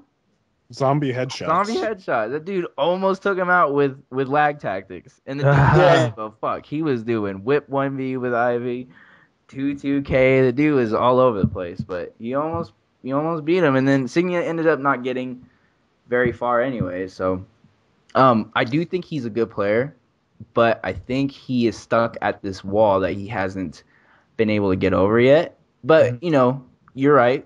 We'll see at SCR how he does. I hope I get to play him. He's one of my favorite people to play, like I said. So we'll see. Yeah, I hear you. So I mean, the truth is, I've just gone to my little local a few times, so I'm kind of just talking in that sense. We've played each other quite a bit of times though at like a homie's pad. So I that's kind of where I say like he does his homework, because he'll come back and he'll play some of the people that at least I think are good, and he'll do pretty good against them. Like he does do pretty good. But then there'll be times where he'll come back and then he'll just get completely destroyed by some of my friends. So I think it's kind of like what you said too. It's like an up and down thing. Maybe he'll do good at SCR, maybe he won't. But I do feel like he could be a potential threat, because he's a smart person. I mean, if you just talk to him, you can tell he's smart. And he also loves No Face Killer. There you go. He loves NFK. NFK is pretty cool too. Pretty cool. I don't know. He seems a little weird to me. And no offense if NFK is watching on the stream, on the chat or whatever, but he does seem a little weird to me. I mean, the first time I ever met that guy, he just kind of like closed into himself, and he doesn't really talk much. And Don't get Juan started on NFK. But he's still cool people regardless. Like, I still got love for the dude. He's still cool, and he did hella good. At that recent NCR or whatever, he did really good there. That was not recent. That was last fucking year, like almost exactly last year. Well, anything pertaining to SoCal 5 is pretty recent to me. Well, I think that that people have progressed so fast, or people have progressed so much. Some players have progressed so much in a short time that a year ago, those tournaments, they do kind of matter, but they don't really, because, like, for example, No Face got first place at NCR. Yeah. He went to a tournament in December, the last tournament of the year for SoCal region, or not SoCal regionals, SoCal, and he got beat by Jaime Hueso and SP Man. Oh, wow. I think he went 0-2 actually, and this was the most recent. This was like 2 weeks ago, so that kind of comes into play on kind of what's recent. That's funny. That's funny you say that, because Jamie just hit me up. I don't know if you call him Jamie or Jaime or whatever, but he just hit me up on PSN yesterday, because we just recently started playing with each other online or whatnot, and I do know him previously from SoCal 4 though, with his Ivy. Yeah, I remember him from Caliber 4 online. I don't ever think I saw him actually I met him at Devastation, I believe, the first one. So, but that was my first major too, so we kind of were both new. Oh yeah. So anyway, but he hit me up and he was actually talking to me about am I going to SCR, and I told him yeah, and he's like, well, I'm free from what do you say? I'm free from Wednesday till Thursday, or no, from Tuesday to Thursday or something like that if you want to get some games in. And he doesn't live that far from me, That's from what's up. from the San Diego area. So I think the plan is I'm actually supposed to be meeting up with him, maybe if not tomorrow, then maybe Thursday. And we're gonna get some games in offline, and then maybe we'll even roll to SCR together. I'm not quite sure about that, but That's what's up. He yeah, asked for my autograph one time. it's a little Who is this? scary. Jaime Hueso, dude. It's a little scary on It's my not part. scary, man. It That's was because at it's you, MLG. bitch. It was at MLG Anaheim, and he came up with his Soul Calibur guidebook, and he's like, "Hey, can I get your autograph?" And he opened it up to the Astroth page and had me sign it, and I was like, "That's kind of cool." Yeah, I It's a got little bit fans. on the weird side, in my opinion. It's a little bit on the weird side. No, man, he's cool. He's a cool guy. Yeah, he's cool. He's cool He's just, people. he was a little, I don't know. He's a fan, so I can't get mad at him. Yeah. But that was the only autograph I've ever given out, sadly. So, fuck that. Yeah, so you can't get too excited about Yeah, that's the only one. it.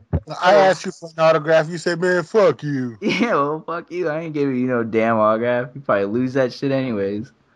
I hate you so much. Okay, so you said me, of course, obviously. I'm amazing. Signia, who is he's on my list of players to watch out for. He's always present if he's there. So Jaime Hueso. He's present if he's there. No, he's present on my on my list. Not trying to be an asshole right there, but on my list of players, what I do is I look at the competition and I try to see who I'm gonna have to play that's good, and then I figure out kind of like how the matchup works. And Signia always makes the cut every time on the West Coast. So you said Jaime. Well, do you consider Jaime a threat or? Um, I don't know. If you want me to speak strictly offline terms, I mean online terms, since that's mainly what I played up until now, then no, not very much. As a matter of fact, he actually hit me up and told me he wants to get some good games again against good players, so he'd like me to come and play him. Because the fact of the matter is, I do win more games, like a lot more games against him. But I actually put him on my list to watch out for, considering he did beat No Face. I don't know what he placed at that tournament though. I think it was 5th, but he's on there. yeah, well, that's the thing. That's the thing about it is when it comes to this kind of topic right here, you're gonna have different answers from everybody because my Viola cannot necessarily be that threatening to you, at least online. Maybe it's different offline. Who knows? But it might be threatening to other players, whereas maybe your Pyrrha might be very threatening to me, at least online, but then maybe it's not that threatening to other players, No, I'm gonna body pretty much everyone over at cool. SoCal. That's cool. It's a one-sided conversation. I'm glad we had that. No, I know what you're saying though. I actually thought about that too. That's part of the reason why I'm saying, Exitwounds will do well at SCR, because not only I think you're fundamentally good, but I think that a lot of people are too lazy to learn the matchup, and that's why they bitch and complain about her. Yeah.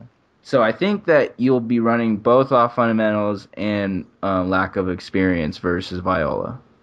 Yeah. Which is a good thing, that's awesome. I'm Yeah. hoping the same for me, but everyone seems to be picking up Pyrrha for some damn reason. Maybe it's because she's like the best damn character in the game, and she think- always has been since like the fucking sisters, since like Soul Calibur 2. What Pyrrha has No. won a major besides me? Yeah. Exactly. But That's what wait a fucked second though. But wait a second though. I mean, Ramon has always done good, and obviously you're really close has to always Ramon. been a great player though, and he's really good with Pyrrha. But the fact of the matter is, he hasn't taken first place at a major for Caliber 5. Yeah. Well, I mean, I kind of feel. Sorry to cut you off, but I kind of feel like the bitches with the shield and the sword have always been good in this game. Like you even look at like KDZ, dude, in Soul Calibur 4. That dude owned face with Cassandra. He would sit there and do so and so with his other characters, and then he'll just bring out Cassandra and just own face. And it's always been that way. So like Cassandra and Sophie, the sisters have always been so good. Why? Because they're super safe and they're simple. They're basic. I mean, there's only so much you can do to a Cassie and a Sophie because they're not gonna go too far out of the way. Actually, I thought KDZ only did like damage at the beginning of the game and then kind of fell off. And you got to remember, Soul Calibur 4 was like 4 years of competitive playing. 1 year is nothing when you're comparing to 3 consecutive years afterwards. Yeah, no. Partisan here used Cassandra, and he joined the Ibita French player club pretty early, or actually pretty late in Soul Calibur 4, but he did it before me, so that's all that matters. Yeah, that's all that matters. And he used Cassandra, but then he also joined the club that I got bodied by a French player too. So hey, it's Ivy. It goes either way. Oh yeah, Ivy. Yeah. But I mean, I'm not just talking on behalf of KDZ. You've seen a lot of previous tournaments being won by characters like Cassandra and by Sophie. That's like pretty much. Which tournament did Cassandra win? I didn't see any fucking Cassandras winning. Well, it's because you weren't around then. I was around a year after the first. I'm talking after the first year of Soul Calibur 4. No, I'm talking Soul Calibur 2 and Soul Calibur 3 days. These characters. Oh, okay, I'm not talking about that. Yeah, these characters have always owned. So that's why when I'm talking about sisters, I mean literally going back to Soul Calibur 2 days. These characters have always owned. I mean, literally. Mick they've always been good. Mick had been famously known for just raping everybody with his Cassie back in Soul Calibur 2. And there's a whole bunch of people who would totally agree with me on that. And I know all that, but yeah, what I'm trying to say is I think Pyrrha is amazing. I think she's a fucking great character. I wouldn't be using her if she wasn't. But I don't think she's number one. And I think it's hard to back that statement up when only one Pyrrha has taken first at a major. Well, going to your point though, Zeph, the game is still evolving, and it looks like it's evolving towards her being number one. I think it's evolving towards people learning how to fucking use Viola and use APAT. Well, I don't know. I can't really agree with that because I've been playing Viola since the game first came out. So I've been there from the very beginning. These other people who pick the character up, regardless, she's a technical character. She's not somebody you can just pick up and be like, oh, look, this character's winning, this and this and that, and look at how good this character is and can take half your life off of a launcher. Yeah, well, you go ahead and try to mimic that. It's not easy to do a lot of that shit. Whereas somebody like Pyrrha is super easy and just about anybody can pick her up and be like, oh, okay. BB, AA, good spacing, T36B, I'm going to bring my point back to when I said execution should not matter or difficulty to use. I think Pyrrha is awesome because she's straightforward, but when we're talking about, I guess this is kind of like a tier placement discussion. When we're talking about stuff like that, execution shouldn't be in play. Yeah, she might be very hard to use, but once you learn how to use her, she's really good. See, I don't think he's just talking about execution. He's also talking about technicalities, like hitting, getting that big damage. Wait, getting the damage? Huh? Did you say getting the damage? Yeah, the possibility of putting yourself in the situation to get that damage is easier with Pyrrha than most other characters. Exactly. He touched right there on it. Pyrrha is straightforward. She's very easy to use, but I don't think that should classify her tier placement, just like I don't think how hard Viola is to use or how hard APAT is to use should classify their tier placement. No, it's not a matter of how hard or easy they are to use. It's a matter of how easy is it to put them in that situation to be able to execute those moves to get that damage. Nigga, that means the same damn thing. What are you talking about? It does. That means the same damn thing. Well, what I'm trying to say is this: if you're fighting against, we lost him again too, by the way. Rage quit. If you're talking about maybe a character who's just really good at spacing in general, like Pat or somebody like that, who just has a lot of good moves that just automatically space you out, then I kind of feel as if Pyrrha will have an edge against those kind of characters, whereas Viola won't. And that being said, Pyrrha can get in there and still do that Half-Life, off of a few stabs, whereas Viola has to literally be in your face or maybe do some gimmicks. And or step 3B. Yeah, step 3B, step and do something that's very unsafe and punished. Stab is unsafe. Yeah, stab is unsafe, but who the hell punishes that shit on reaction? Not very many people do. It's -18. Yeah, but not very many people do. That's my point. Whereas people will punish stab consistently.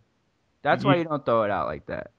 Well, you can throw it out. My point is you can throw it out a lot more easier than you can throw out a 3B. It depends on if the person knows the matchup. If they know I'm looking for a stab, they're not going to do moves that are -14 on guard or higher.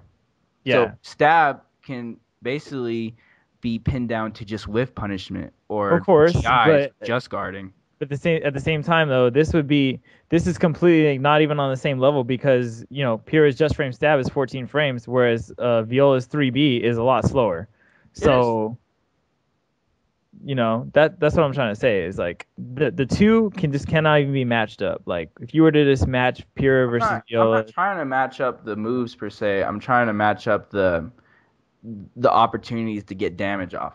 Yeah, exactly. And that, when you go out and calculate that, trying to get Half-Life for Viola, yeah, sure, it seems as easy as landing a 3B, but if you're going against a character who's constantly pushing you away, like Nightmare or something like that, then that 3B can be very hard.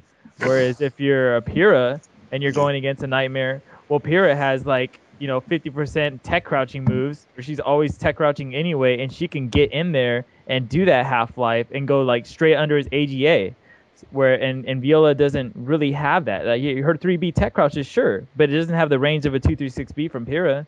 So that's kind of my point. It's easier to get damage with Pyrrha than it is for Viola. Well, yeah, I think it's easier to get damage with Pyrrha than any character just because she has an I-14 60 plus damage Punisher. Yeah. Yeah, it's fucked up, and I think she's a great character. That would go along with why people think she's the best, in my opinion.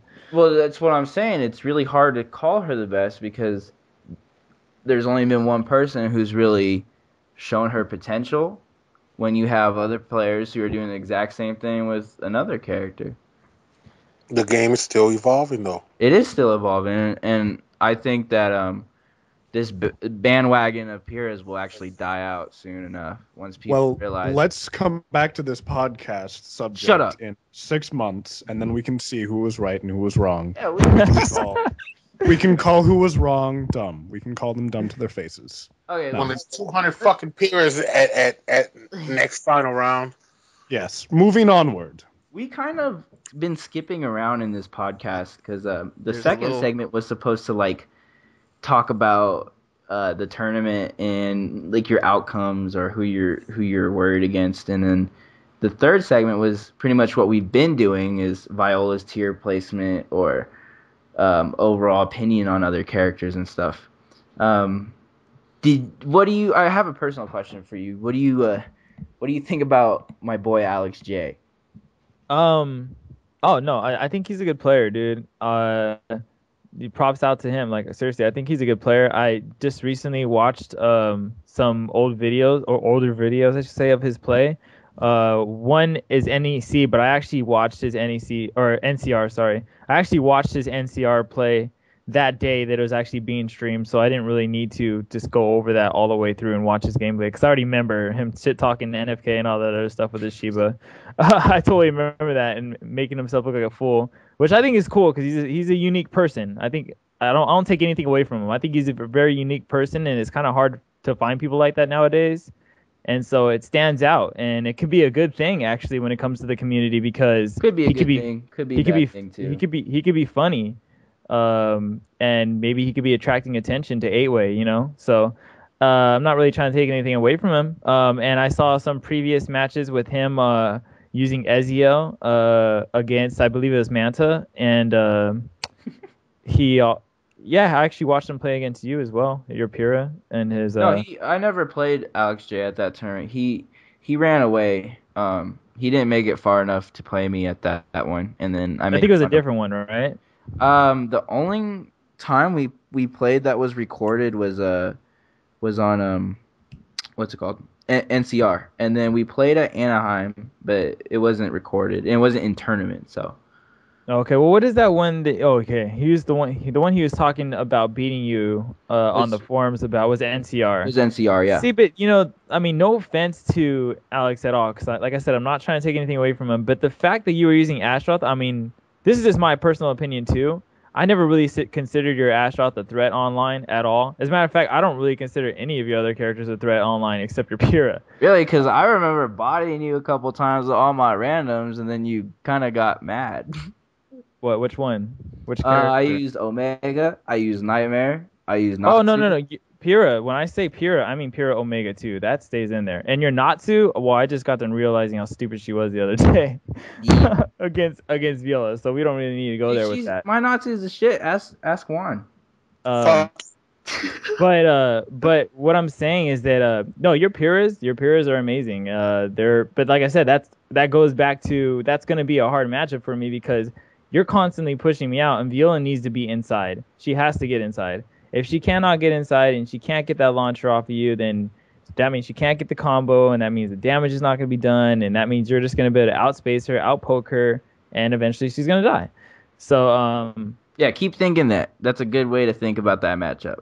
Yeah, I mean, I have to agree. I think you have to talk to LP. He'll give you a different mindset with her. Yeah.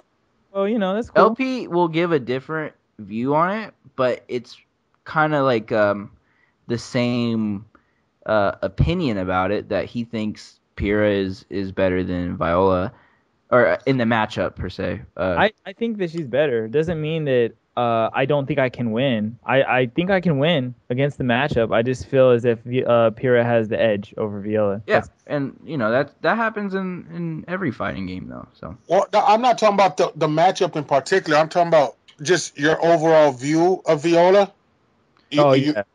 You may want to talk to LP one of these days, and because he has a very LP's the kind of guy, he likes to play devil's advocate. So if you say one, he's like, okay, well, let's look at it from this point of view. Yeah, I got that vibe from him once we started talking over PSN. Actually, like I said, he's a real cool dude, and I automatically picked up that vibe on him. That he's the kind of person where he's just like, actions speak louder than words. You're gonna say that, and I'm gonna prove you wrong. Watch. All you gotta do is just go here and watch me play, and So he's cool. He's a man about actions, and I respect that like completely.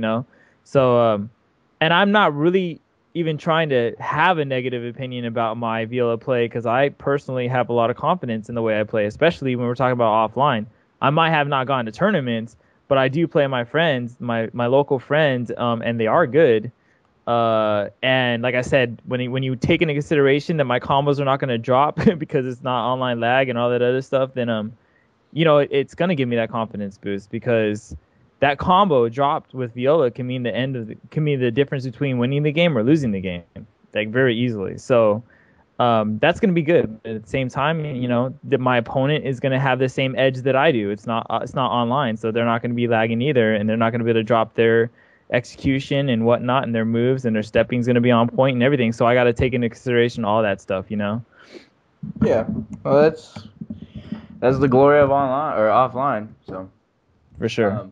Let's man, we're jumping all over the place. Well, no, Alex J. I mean, like I said, I think he's on a that good player. subject.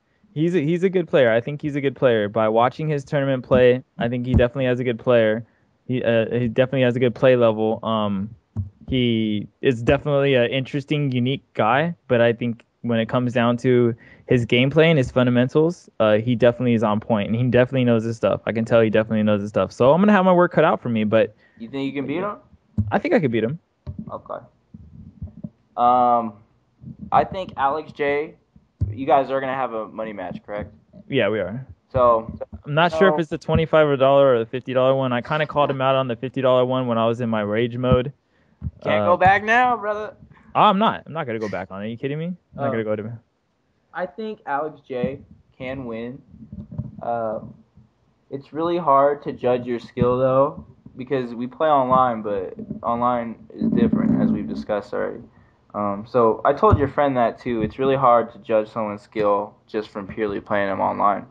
But I think that'll be a good match. I'll try to record it. I'm gonna bring my capture card. Yeah. So hopefully it hooks up to one of the homies' setups that he's bringing.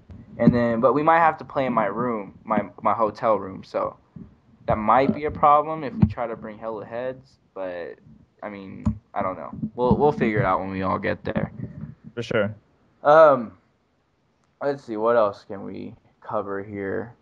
So we pretty much got everything about you as a player, your credentials, who you know, who knows you at SoCal. We got your. Well, yeah. Let's go back to this. What do you think is going to be the outcome of top 8? Actually, let's do top 4 since that's going to be streamed. Who do you think is going to be in top 4?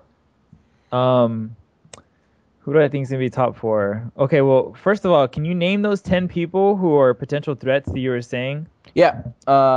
I got a list, actually. It's number... I'm going to exclude myself from the list. Alex J. What a nice guy. Kinetic Clash. Homeboy from Vegas, his name is Sora. He's going to be there. No Face Killer. I can't count him out, even though he kind of had a bad showing. NDK. Zane is one of he's a good player. He's my friend, yeah. Taught him a lot from SoCal before. Exitwounds. Tomahawk is the current Southern California champ right now. Can't exclude him. Signia's on there. Then I also have these 3 here who I consider them potential threats to other people, not so much myself. Jamie, or Jaime Hueso, SP Man, and Rocktopus. And that's about as far as... my boy Genver is going to be there too. He's actually pretty good. He beat a couple of SoCal heads at NCR. We'll see if he's been prepping. That's pretty much what I think are the top players. Mm-hmm. And I'll go ahead and tell my top 4 predictions. I think it'll be Zeph, number 1, of course. Alex J. I think you can pull 3rd, or Tomahawk can pull 3rd. It's really a toss-up between you two. So I have us 4 in there. Oh, okay. Yeah, for my predictions, do you want it like placement, like 1st, 2nd, 3rd, 4th, like you? Just top 4, whatever you want to do, man. It's all you. Okay. Well, obviously you. I would. Well, I mean, some of these people that you mentioned, I've never played him before, like Kinetic Clash. I've never played him before, ever. Not even at like a homie's pad or anything like that. So I know nothing about his gameplay or whatever whatsoever. So I can't even really say anything about him. Same thing with that guy Rocktopus. Never heard of him before. Never seen him play. I have heard of Genver before, but I don't remember. It's kind of like really vague image about his gameplay. It's not all there, so I can't really say him as well. But I would say that, I mean, all I can really say is the people that I know, that I play, that I think are good. I mean, Bunnies is going to be there too. I mean, and I forgot about him. Yeah. So I adore Bunnies. I guess he's getting a lot of shit right now over 8-way. Welcome to the community, man. It happens. Yeah, welcome to the community. All I'm gonna say on behalf of Bunnies is that I think he's a very solid player online. He beat Partisan. That's pretty good. Whooped his ass, you mean? I think he's a very solid player online, and he's actually one of the people that gives me quite a bit of difficulty online. And I would have to say, when it comes to me and him online, that I originally started destroying him. I mean, I brung some new tech to the online scene with my viola originally. You know it now, Zeph. Just about everybody else that I play knows about it too. I kind of wish I didn't bring it to the scene, because I can clearly remember winning so many matches when I had this new tech and people didn't know about it. And now that I play people online all the time and they know about it, it's a lot harder for me to win all the time. But what I can say about Bunnies is he's a very good player, and I do think that he could be a potential threat and he could definitely get in top 4. That's my opinion. I definitely predict he can be in top 4. So I would have to say him, you, me, and yeah, I would have to agree with you. I think Alex J can definitely do it. Okay. Well, no confidence in Tomahawk. He did prove to be the best Southern California player at 2 weeks ago. So Tommy's the homie, man. He's the homie. I just kind of feel like maybe I don't know. I kind of feel like if it was to come down to me and him, I'm gonna take him out.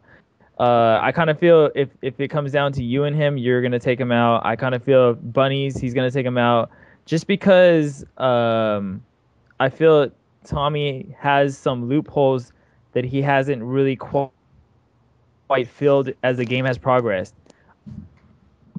Because I can clearly remember that some of these people, like I'm mentioning, like Signia and Tommy, these guys, they used to do, really, really good. They used to roll me up in the very beginning of SoCal 5. I remember when I first picked up Viola before the patch and all that other stuff, I was always using her and against these guys at like homies' places and stuff, and they'd always roll me up. Signia would roll me up with his Yoshimitsu. Tommy would roll me up with his Mitsurugi. And this is pre-patch, so not only was I not able to get the most out of my damage with the character, but she just wasn't as good. And they were just better than me at the time. Whereas I feel as if now I've kind of grown more as a player. I play a lot of good people online, and not to say that's going to completely carry to my offline ability, but I definitely feel it's helped me growing as a player, and I just feel like I'll have the edge over Tommy. that's good. It's good to go into these tournaments with that confidence. That's very important, especially when you know you're good. Yeah. You don't want to second guess yourself. So, we kind of have to wrap it up. We're like 3 hours into this podcast. For sure, man. I want to thank you for coming on here. No problem, man. To end it, I want to thank Juan and Freeton too. To end this though, do you have any shout outs you want to give to anyone? Well, let's see here. Well, first of all, shout out to Bunnies. He's taking a lot of shit right now, but he's repping the online thing. He can do whatever he wants with that. That's a different topic. But what I can say is he plans on going to SoCal Regional, so you got to give him some props to him about that. And I'm pretty psyched about that. He's another person just like me who decided to make that switch, who decided to make that choice to just be like, I'm going to do it. I'm going to go offline. I'm going to play. And I would have to say shout outs to Jamie for possibly letting me stay at his place for maybe a day or two before we go to the SCTier tournament. That's about it. Okay. Well, thank you. Juan, do you have any shout outs you want to give out? I've talked enough, bro. Man, I know you want to give shout outs, dude. Don't even try to play. Dude, I can go forever. Shout outs. Okay, you get one shout out. Think of all the people who are going to be disappointed when you don't shout them out right now with this one shout out that you have. Who is your best friend? I shout out to Emo because I'm moving in with Emo in a week. So, yeah. That's a good choice. I respect that. Any shout outs you want to give, Frito? No? Okay, thank you. Shout outs to you. Frito Lay, who have sponsored me now. And shout outs to Great One 1939 for doing a lot for the SoCal community. Wow, who is that guy? Tell me more about him. He's a great man. I'll tell you after we're off there. Okay. Enough of your talking, Heaton. You're not allowed to talk anymore. Yeah. So, with that, that's the end of the second podcast, which happened to be 3 hours. And thanks for tuning in. Yeah, for sure. Catch us at SCTier. You didn't stop it, did you, Troy? No, it's still going. Okay. You can find. I'll link all the relevant information, like the stream address and whatnot, somewhere in like the video description or something like that. I personally want to thank everybody for watching. I'm gonna edit this, but it's still probably gonna be a rather long segment. So I hope you enjoy it. And yeah, it's been fun. Anybody else have any other remarks? Go ahead. Catch us at SCTier. That's all we gotta say now. Yep. Me and Alex J. Peoples, money match. No one cares about that booty ass match, dude. All we care about is how much money I'm gonna make off of you guys. Fucking Zeph. Shut the fuck up. End it on that. All right, Zeph's- that's a oh pretty wait, good no. one. Hey, Oh, end wait, it on nope. this. End it on this. Jaxel's a bitch. Okay, there we go. Take care of the bitches.